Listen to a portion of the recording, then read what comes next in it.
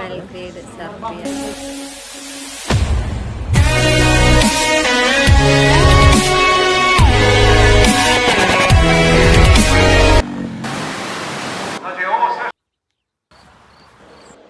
Hello guys, എല്ലാവർക്കും സുഖമല്ലേ? നമ്മളിപ്പോൾ ഇരിക്കുന്നത് ലണ്ടൻ ലൂട്ടൺ എയർപോർട്ടിലാണ് കേട്ടോ. എന്തിനാണെന്നല്ലേ, നമ്മുടെ മൂന്നാമത്തെ ഇന്റർനാഷണൽ ട്രിപ്പിന് പോകാൻ വേണ്ടിയിട്ട് റെഡി ആയിട്ട് ഞാനിവിടെ എക്സൈറ്റഡ് ആയിട്ടിരിക്കുകയാണ്. നമ്മൾ വിസ് എയറിൽ ഒരു 3 മണിക്കൂർ ട്രാവൽ ചെയ്ത് എത്താൻ പോകുന്നത് ബെൽഗ്രേഡ്, ക്യാപിറ്റൽ ഓഫ് സെർബിയ. ഇവിടെ ഇപ്പോൾ ഉച്ചയ്ക്ക് സമയം 2:30 ആണ് കേട്ടോ. ഇന്ത്യൻസ് വിത്ത് UK BRPയിൽ ഇത്ര ചീപ്പായിട്ട് പോയിട്ട് വരാവുന്ന ഒരു സ്ഥലത്ത് എന്താരും പോവാത്തേന്ന് എനിക്ക് ഭയങ്കര കൺഫ്യൂഷൻ ആയി കേട്ടോ. 30 പൗണ്ടിന് അങ്ങോട്ടും ഇങ്ങോട്ടും ഫ്ലൈറ്റ് ടിക്കറ്റ് കിട്ടി, വിസ ഒന്നും വേണ്ടാതെ ഒരു 3-4 ദിവസം കൊണ്ടിട്ട് ഒരു ട്രിപ്പ് പോയിട്ട് വരാന്ന് വെച്ച് കഴിഞ്ഞാൽ എന്ത് അടിപൊളിയല്ലേ. അങ്ങനെ അവസാനം നമ്മൾ 3 മണിക്കൂർ ട്രാവലിംഗിന് ശേഷം ബെൽഗ്രേഡിൽ അല്ലെങ്കിൽ സെർബിയയിലെ ഏറ്റവും വലിയ എയർപോർട്ട് ആയിട്ടുള്ള നിക്കോള ടെസ്റ്റയിൽ എത്തിയേക്കാണ്. ഇവിടെ ഇപ്പോൾ സമയം വൈകുന്നേരം 7:40, UK ഇപ്പോൾ ഒരു 6:40 ആയിട്ടുണ്ടാവും. ഇമിഗ്രേഷൻ്റെ അവിടെ നമുക്ക് അത്ര വലിയ പരിപാടികളൊന്നും ഉണ്ടായിരുന്നില്ല കേട്ടോ. നമ്മുടെ BRPയും പാസ്പോർട്ടും കാണിച്ചിട്ട് അപ്പം തന്നെ അവർ കയറ്റിവിടും, വേറെ പ്രശ്നങ്ങളൊന്നുമില്ല. നമ്മുടെ ആദ്യത്തെ പരിപാടി എന്ന് പറഞ്ഞു കഴിഞ്ഞാൽ ഫണ്ട് എക്സ്ചേഞ്ച് ചെയ്യാന്നുള്ളതായിരുന്നു. ഇവിടുത്തെ കറൻസി സെർബിയൻ ദിനാറാണ് കേട്ടോ. ഇവിടെ യൂറോസും പല സ്ഥലങ്ങളിൽ എടുക്കാറുണ്ട്, എക്സ്പെഷ്യലി സിറ്റീസിൽ. പിന്നെ സിം നമ്മൾ ഓൾറെഡി സെറ്റ് ആക്കിയിട്ടുണ്ടായിരുന്നു. അത് കഴിഞ്ഞിട്ട് നമ്മൾ കാർ റെന്റ് എടുക്കുന്നതായിരുന്നു വലിയൊരു ചടങ്ങ്. Booking.com വഴി നമ്മൾ ഭയങ്കര ചീപ്പായിട്ട് കാർ എടുത്തിട്ടുണ്ടായിരുന്നെങ്കിൽ പോലും ആ ഒരു പെർട്ടിക്കുലർ ഷോപ്പ് ക്ലോസ്ഡ് ആയി പോയി. എന്നിട്ട് അവസാനം അവരെ കോൺടാക്ട് ചെയ്ത് കുറേ നേരം നമുക്ക് അവിടെ വെയിറ്റ് ചെയ്യേണ്ടി വന്നു. നിങ്ങൾക്ക് ഇപ്പോൾ ഡയറക്റ്റ് വന്നിട്ട് വേണമെങ്കിൽ എടുക്കാം കേട്ടോ. അവിടെ ഒരുപാട് സ്ഥലങ്ങളുണ്ട് റെന്റ് കാർ എടുക്കാൻ വേണ്ടിയിട്ട്. ഇനി സിറ്റി മാത്രമാണ് നിങ്ങൾക്ക് എക്സ്പ്ലോർ ചെയ്യാൻ ഉദ്ദേശിക്കുന്നുണ്ടെങ്കിൽ ഒരു കാർ എടുക്കേണ്ട ആവശ്യമില്ല കേട്ടോ. എക്സ്പെഷ്യലി ബെൽഗ്രേഡ് മാത്രമാണെങ്കിൽ. നമ്മളിപ്പോൾ വന്ന് നിൽക്കുന്നത് യൂറോപ്പിലെ ഏറ്റവും ഓൾഡസ്റ്റ് ആയിട്ടുള്ള സിറ്റിയിലാണ് കേട്ടോ. അതിവിടെ കണ്ടാൽ തന്നെ നമുക്ക് കറക്റ്റ് ആയിട്ട് മനസ്സിലാക്കാൻ പറ്റും. എക്സ്പെഷ്യലി നമ്മൾ UK വന്നിട്ട് ആ ഡിഫറൻസ് കാണുമ്പോൾ എൻ്റെ പൊന്നോ ഭയങ്കര ഒരു വിൻറ്റേജ് ഫീൽ ഉണ്ട്. നമ്മളിപ്പോൾ ഫസ്റ്റ് ഡേ നമ്മൾ ബെൽഗ്രേഡ് എക്സ്പ്ലോർ ചെയ്യുന്നേ ഇല്ല, പകരം നമ്മൾ കൺട്രി സൈഡിലേക്ക് പോവാണ്. ഇത് പറഞ്ഞതുപോലെ തന്നെ സെർബിയ അത്രയും ടൂറിസ്റ്റുകളുടെ ഇടയിൽ ഭയങ്കര പോപ്പുലർ ആയിട്ടുള്ള ഒരു സ്ഥലം അല്ലാത്തത് കൊണ്ട് തന്നെ തിക്കും തിരക്കും ഭയങ്കര കമ്പാരിറ്റീവ്ലി കുറവാണ്. എന്നാൽ പോലും ഞാൻ സിറ്റീസും ടൂറിസ്റ്റ് പ്ലേസസും മാക്സിമം ഒഴിവാക്കാണ് കേട്ടോ. നമ്മൾ ഈ ഒരു ട്രിപ്പിൽ എക്സ്പ്ലോർ ചെയ്യാൻ പോകുന്നത് മൊത്തം വില്ലേജസും ലീസ്റ്റ് ആയിട്ട് ആൾക്കാർ പോയിട്ടുള്ള സ്ഥലങ്ങളുമായിരിക്കും. ഇവിടെ ഹൈവേയിൽ കുറേ ടണലുകൾ ഉണ്ട് കേട്ടോ. ഇതിലൂടെ പോകുമ്പോൾ എനിക്ക് നാട്ടിലെ കുതിരാനിലൂടെ ആദ്യമായിട്ട് പോകുമ്പോൾ ഉണ്ടായിരുന്ന ഒരു എക്സൈറ്റ്മെന്റ് ഇപ്പോഴും ഓർമ്മയായിട്ടുണ്ട്. അതുപോലെ ഒരുപാട് പ്ലാനിങ് ഇല്ലാത്ത നമ്മൾ റാൻഡം ആയിട്ട് പിക്ക് ചെയ്തിട്ടുള്ള കുറച്ച് സ്ഥലങ്ങളായിരിക്കും കേട്ടോ. അതുപോലെ നമുക്ക് ഇഷ്ടപ്പെട്ടെന്ന് തോന്നിയ സ്ഥലങ്ങൾ കുറച്ച് ടൈം സ്പെൻഡ് ചെയ്യാനും കൂടുതൽ സ്പെൻഡ് ചെയ്യാനും നമ്മൾ വിചാരിക്കുന്നുണ്ട്. ഇവിടെ ഇപ്പോൾ സമ്മർ ആയതുകൊണ്ട് തന്നെ ടെമ്പറേച്ചർ ഒരു 28-30 ഡിഗ്രി ഒക്കെയാണ് കേട്ടോ. ഇടയ്ക്കിടയ്ക്ക് മഴ പെയ്യുന്നുണ്ട്. നമ്മൾ വെസ്റ്റേൺ സെർബിയയിലേക്ക് ഡ്രൈവ് ചെയ്ത് തുടങ്ങിയിട്ട് ഇപ്പോൾ ഒരു 2 മണിക്കൂർ ആയിട്ടുണ്ടാവും കേട്ടോ. അപ്പോഴാണ് പോകുന്ന വഴിക്ക് മനോഹരമായിട്ടുള്ള ഒരു കാഴ്ച കണ്ടത്. ഈ ബാക്കി കാണുന്നത് ഹോസ്റ്റലുകളാണ്. ഭയങ്കര പീസ്ഫുൾ ആയിട്ടുള്ള സ്ഥലം. ഔക്കാർ ബാഞ്ച എന്ന് പറഞ്ഞൊരു വില്ലേജിലാണ് നമ്മൾ അവസാനം എത്തിപ്പെട്ടേക്കണേ. ഈ നാട്ടിൽ സോക്കോൾഡ് സായിപ്പ് മദാമ എന്ന് പറഞ്ഞിട്ട് നമ്മുടെ ബീച്ചുകളിലും സ്ഥലങ്ങളിലും ഒക്കെ അവരെ കാണുമ്പോൾ നമുക്കുണ്ടാകുന്ന ഒരു എക്സൈറ്റ്മെന്റ് ഇല്ലേ, അതെന്താണെന്ന് ഓപ്പോസിറ്റ് സൈഡിൽ നിന്ന് ഞാൻ ഇവിടുന്ന് എക്സ്പീരിയൻസ് ചെയ്ത് കേട്ടോ. UK ജീവിക്കുമ്പോൾ എങ്ങനെയായിരിക്കും ഇംഗ്ലീഷുകാരെന്നുള്ളൊരു കൺസെപ്റ്റ് ഉണ്ടല്ലോ, അതിൽ നിന്ന് ഭയങ്കരമായിട്ട് ബ്രേക്ക് ചെയ്തിട്ടായിരുന്നു ഇവിടുത്തെ ഒരു വില്ലേജിലെ ആൾക്കാരുടെ ഒരു വെൽക്കമിങ്ങും അവർ നമ്മളോടുള്ള അപ്രോച്ചും ഒക്കെ. ഈ അപ്പാപ്പൻ്റെ സ്വന്തം ബോട്ടാണ് കേട്ടോ അത്. എന്നിട്ട് ഇവർ രണ്ടും ഞങ്ങൾ കുറേ നിർബന്ധിച്ച് ചുറ്റിക്കറക്കി കാണിക്കാൻ വായോ എന്നൊക്കെ പറഞ്ഞിട്ട്, പക്ഷെ നമ്മുടെ ഒരു ധൈര്യക്കുറവും പിന്നെ സമയമില്ലായ്മയും എല്ലാം കൂടെ ചേർത്തിട്ട് നമ്മളൊരു നോ അങ്ങ് പറഞ്ഞു. പക്ഷെ എന്നാൽ പോലും അവരൊരു സ്നേഹവും ഇന്നസെൻസും ഒക്കെ എൻ്റെ പൊന്നോ ഭയങ്കര ഒരു വല്ലാത്തൊരു എക്സ്പീരിയൻസ് ആയിരുന്നു എനിക്ക് കേട്ടോ. ഞാൻ ഒട്ടും പ്രതീക്ഷ ഉണ്ടായിരുന്നില്ല. നമ്മളുടെ ഗ്രാമങ്ങളിലും നാട്ടിലെ തമിഴ്നാട്ടിലും നമ്മുടെ നാട്ടിലൊക്കെ ഉള്ള ഗ്രാമങ്ങളിലാണ് ഞാൻ ഇങ്ങനത്തെ ഒരു അപ്രോച്ചും കാര്യങ്ങളും സ്നേഹമൊക്കെ കണ്ടിട്ടുള്ളത് കേട്ടോ.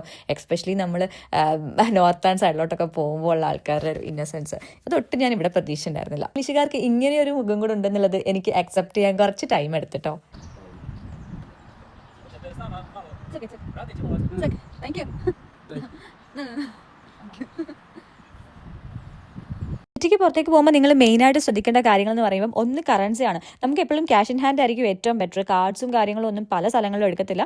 എക്സ്പെഷ്യലി ടോളുകളുണ്ട് ഇൻ ബിറ്റ്വീൻ ഒക്കെ. അപ്പോൾ ടോളിൻ്റെ അവിടെ ഒക്കെ നമ്മൾ ക്യാഷ് തന്നെ കൊടുക്കേണ്ടി വരും. പലയിടത്തും ഒരു വ്യക്തി ഉണ്ടാവില്ല, എന്താ പറയുക, ഇലക്ട്രോണിക് സിസ്റ്റം വെച്ചിട്ടായിരിക്കും. അപ്പോൾ ക്യാഷ് ഇട്ട് കൊടുക്കുമായിരിക്കും വരും. നമുക്കൊരു ഡൗട്ട് ഉണ്ടെങ്കിൽ പോലും ഒരാൾ ചോദിക്കാൻ പോലും പാടായിരിക്കും. അപ്പോൾ അവിടെ പെട്ടുപോകാതിരിക്കാൻ വേണ്ടി നിങ്ങൾ ക്യാഷ് മാക്സിമം വെക്കുക. ഈവൻ ഹെൽപ്പിന് ആൾക്കാരെ വിളിച്ചാൽ പോലും അധികം കിട്ടാൻ ചാൻസ് ഭയങ്കര കുറവാണ്. അവിടുത്തെ സർവീസസും കാര്യങ്ങളൊക്കെ ഭയങ്കര പുവറാണ്. കാരണം അധികം ആൾക്കാർ ട്രാവൽ ചെയ്യാത്തതുകൊണ്ട് തന്നെ ആയിരിക്കും. അതുപോലെ കയ്യിൽ ആവശ്യത്തിലധികം ഫുഡും വെള്ളവും കാര്യങ്ങളും ഒക്കെ സേവ് ചെയ്ത് വെക്കുക. ഇടയിൽ കടകളൊക്കെ കിട്ടാൻ ഭയങ്കര പാടാണ്. പിന്നെ വേറൊരു വളരെ ഇമ്പോർട്ടൻറ്റ് കാര്യം, പെട്രോൾ ഡീസൽ എന്താണെന്ന് വെച്ച് കഴിഞ്ഞാൽ ഫുൾ ടാങ്ക് അടിച്ച് നമ്മളതിൽ സ്റ്റോക്കും വെക്കാൻ പറ്റുമെങ്കിൽ അത്രയും ചെയ്യുക. കാരണം കുടുങ്ങി പോയത് തന്നെയാണ് മോനെ. ഇവിടെ നിന്ന് നേരെ നമ്മൾ പോകുന്ന ഒരു ഗുഹയിലേക്കാണ് കേട്ടോ. ഞാൻ ഇതുവരെ ട്രൈ ചെയ്യാത്തൊരു എക്സ്പീരിയൻസ് ആണ് കേട്ടോ. അപ്പോൾ എന്താവുന്ന കണ്ടറിയാം. നമ്മൾ എത്തുന്നതിന് മുന്നേ അവിടെ അടയ്ക്കോ ഇല്ലയോ എന്ന് മാത്രമാണ് ഇപ്പോഴത്തെ ടെൻഷൻ. റൊസാൻസ്റ്റോവോ എന്ന് പറഞ്ഞ വില്ലേജിലാണ് കേട്ടോ ഈ ഒരു ലൈം സ്റ്റോൺ കേവ് ഉള്ളത്. മൗണ്ട് സ്ലാറ്റിബറിന്റെ സ്ലോപ്സിലായിട്ട് സ്പ്രെഡ് ചെയ്തിരിക്കുന്ന ഈ ഒരു ഗുഹയിലേക്ക് എത്തിപ്പെടാൻ നമ്മളൊരു 15-20 മിനിറ്റിൻ്റെ ഒരു കുട്ടി ട്രക്ക് ചെയ്ത് കഴിഞ്ഞാൽ മതി. പാർക്കിങ്ങും വാഷ്റൂമും എല്ലാം ആയിട്ട് നമ്മൾ ചെന്ന് കയറുമ്പോൾ തന്നെ അടിപൊളി സ്പേസ് ഉണ്ട്. പൊതുവെ അവിടെ നല്ല തിരക്കായിരിക്കും എന്നാണ് കേട്ടിട്ടുണ്ടായിരുന്നത്. പക്ഷെ നമ്മൾ പോയതിൻ്റെ ടൈമിൻ്റെ ആണോ എന്താണെന്നറിയില്ല, കുറച്ച് സ്കൂൾ പിള്ളേർ മാത്രമേ ഉണ്ടായിരുന്നുള്ളൂ കേട്ടോ. എനിക്ക് നല്ല പേടിയുണ്ട് ഒരു ഗുഹയ്ക്കകത്ത് കയറാനായിട്ട്. കാരണം ഭയങ്കര ഇരുട്ടുള്ള സ്ഥലത്ത് ഇവർ ഇട്ടേക്കുന്ന കുറച്ച് ലൈറ്റ്സ് മാത്രമേ ഉള്ളൂ. ഭാഗ്യത്തിന് നമ്മുടെ കൂടെ കുറേ പിള്ളേർ കയറിയിട്ടുണ്ടായിരുന്നു നമുക്ക് മുന്നേ ആയിട്ട്. ഇതൊരു 5 മണിയാകുമ്പോൾ ക്ലോസ് ചെയ്യാൻ പോകുന്ന സാധനം കേട്ടോ. നമ്മളിപ്പോൾ ഇവിടെ എത്തിയേക്കണത് 4:30-ക്കാണ്. അപ്പോൾ നമ്മൾ പെട്ടെന്ന് പോയി കാര്യങ്ങൾ ഓടി കാണാനുള്ള തിരക്കിലാണ് കേട്ടോ. ഇവിടേക്ക് എൻട്രി ടിക്കറ്റ് ഉണ്ട് 400 സെർബിയൻ ദിനാർ, അല്ലെങ്കിൽ ഏകദേശം ഒരു 3 പൗണ്ടാണ് കേട്ടോ അതിൻ്റെ പ്രൈസ് വരുന്നത്.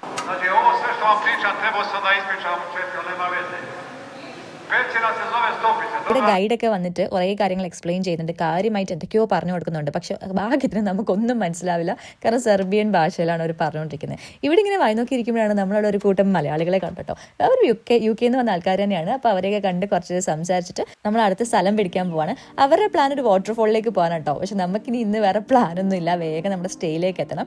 അതുകൊണ്ട് തന്നെ ഇരുട്ടുന്നതിന് മുന്നേ നമുക്ക് വേഗം സെറ്റിൽ ആവണം, കാരണം അടിപൊളിയായിട്ട് മഴയും പെയ്യുന്നുണ്ട്. ഇവിടുന്ന് ഒരു 1 അവർ ഡ്രൈവ് ചെയ്ത് എത്തുന്ന നോവ ബാരോസ് എന്ന് പറഞ്ഞ ടൗണിലാണ് കേട്ടോ നമ്മുടെ ഇന്നത്തെ സ്റ്റേ.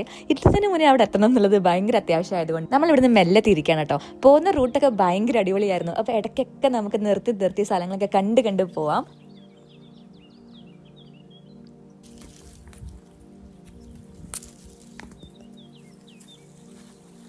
ഇവിടുത്തെ വേറൊരു സംഭവം എന്ന് വെച്ച് കഴിഞ്ഞാൽ ബെൽഗ്രേഡിലുള്ള കുറച്ച് പേർക്ക് ഇംഗ്ലീഷും കാര്യങ്ങളൊക്കെ കമ്മ്യൂണിക്കേറ്റ് ചെയ്യാനായിട്ട് അറിയാം. പക്ഷെ നമ്മൾ ഈ കൺട്രി സൈഡിലോട്ടോ അല്ലെങ്കിൽ വില്ലേജസിലോട്ടോ വരുമ്പോഴത്തേക്കും ഒറ്റ മനുഷ്യന് ഇംഗ്ലീഷ് എന്നൊരു സാധനം അറിയില്ല, അല്ലെങ്കിൽ അവരുടെ ഭാഷ അല്ലാതെ മറ്റൊരു ഭാഷ അറിയത്തില്ല. ഇവിടെ ഉള്ളവർക്ക് നമ്മളെ കാണുമ്പോൾ തന്നെ എന്തോ സ്ട്രേഞ്ച് ആയിട്ടുള്ള വേറെ ഏതോ എന്താ പറയുക ഗ്രഹത്തിൽ നിന്ന ആൾക്കാരെ പോലെയാണ് കേട്ടോ അവരുടെ എക്സൈറ്റ്മെൻറ്റും കാര്യങ്ങളൊക്കെ. അപ്പോൾ അതിൻ്റെ എല്ലാ കൗതുകങ്ങളും അവർ നമ്മുടെ മണ്ടയ്ക്ക് തീർക്കുന്നുണ്ട്. നമ്മൾ ഇവിടുന്ന് പറത്തിയ കുറച്ച് ഡ്രോണിൻ്റെ വിഷ്വൽസ് ഞാൻ ലാസ്റ്റിൽ അറ്റാച്ച് ചെയ്യാം കേട്ടോ. കണ്ടു നോക്കിയിട്ട് നിങ്ങളുടെ അഭിപ്രായം പറയും. നമ്മുടെ ഇന്നത്തെ സ്റ്റേ ഒരു 2 BHK അപ്പാർട്ട്മെൻ്റ് ആണ് കേട്ടോ. 4 നില കയറേണ്ടി വന്നു സ്റ്റെപ്പിൽ നമുക്ക് ഇവിടെ എത്താനായിട്ട്. ഓൾറെഡി നല്ല ടയർഡാണ്, എന്നാലും കുഴപ്പമില്ല, വർത്ത് ഫോർ ദ മണിയാണ്. booking.com വഴി ഭയങ്കര ചീപ്പായിട്ട് നമുക്ക് കിട്ടിയ ഒരു അടിപൊളി സ്റ്റേ ആണ് കേട്ടോ. ഒന്നും പറയാനില്ല. പുറത്തിറങ്ങി നമ്മൾ സൂപ്പർ മാർക്കറ്റിൽ പോയി കുറച്ച് സാധനം വാങ്ങിച്ചു. ഇവിടുത്തെ ഒരു ഭയങ്കര ഫേമസ് ആയിട്ടുള്ള ഈ ഒരു ബണ്ണ് സാധനം, ഒരു പേര് എനിക്കറിയത്തില്ല. ഇത് നമ്മൾ ഡിന്നറായിട്ടും കഴിച്ചിട്ട് ഇന്ന് ഉറങ്ങാൻ പോകണം കേട്ടോ. കാരണം നാളെ കുറേ സ്ഥലങ്ങൾ നമുക്ക് അടിപൊളിയായിട്ട് കാണാനും ക്യാപ്ചർ ചെയ്യാനുണ്ട്. കൂടുതൽ സെർബിയൻ വിശേഷങ്ങൾ കേൾക്കാൻ നിങ്ങൾ റെഡിയാണെന്നുണ്ടെങ്കിൽ സബ്സ്ക്രൈബ് ചെയ്യാൻ മറക്കണ്ട. അപ്പോൾ thanks for watching my video.